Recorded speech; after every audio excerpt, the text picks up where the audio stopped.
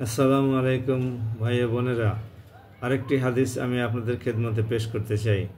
বিসমিল্লাহির রহমানির রহিম। মদিনার এক ব্যক্তি হতে বর্ণিত, একদা মুয়াবিয়া রাদিয়াল্লাহু আনহু আয়েশা রাদিয়াল্লাহু আনহাকে এই আবেদন জানিয়ে চিঠি লিখলেন যে, আমার জন্য একটি চিঠি লিখুন এবং তাতে আপনি আমাকে কিছু ওসিয়ত করুন, মানে মন্ত্রণা বা উপদেশ দান করুন, আর বেশি ভার দিবেন না।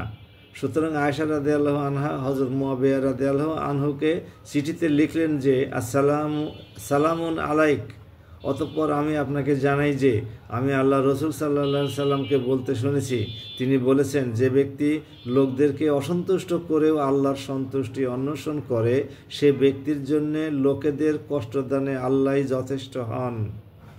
আর যে ব্যক্তি আল্লাহকে অসন্তুষ্ট করে লোকদের সন্তুষ্টি খোঁজে, সে ব্যক্তিকে আল্লাহ ওই সমস্ত লোকদের প্রতি সোপর্দ করে দেন। আসসালামু আলাইক।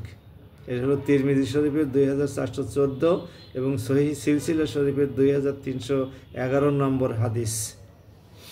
অন্য আরেকটি বর্ণনায় আছে, যে ব্যক্তি লোকদেরকে অসন্তুষ্ট করেও আল্লাহর সন্তুষ্টি অন্বেষণ করে, সে ব্যক্তির প্রতি আল্লাহ সন্তুষ্ট হন এবং লোকদেরকেও তার প্রতি সন্তুষ্ট করে দেন।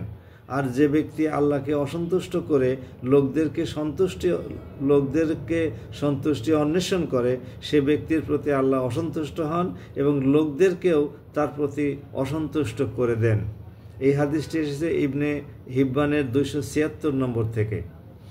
সম্মানিত ভাই এবং বোনেরা, আমরা যখনই কোনো কাজ করি তখনই যেন আল্লাহ রাব্বুল আলামিনের সন্তুষ্টির উদ্দেশ্যে কাজ করি। আল্লাহ পাকের অসন্তুষ্টির উদ্রেক করে, শরিয়া বিরোধী হয়, তরিকা রাসূল সাল্লাল্লাহু আলাইহি ওয়াসাল্লামের তরিকা বিরোধী হয়, এরকম কাজকর্ম যেন আমাদের দ্বারা না হয়।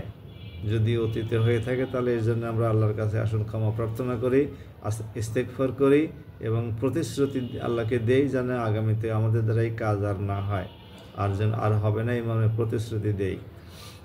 আর আগামীতে আমরা সচেতন থাকি যেন আল্লাহর অসন্তুষ্টিমূলক কাজ আমাদের দ্বারা না হয়। এর ভয়াবহ পরিণাম সম্পর্কে তো শুনলেনই। আল্লাহ রাব্বুল আলামিন যার প্রতি সন্তুষ্ট হন, তার আর কোনো ভয়ের কারণ নাই।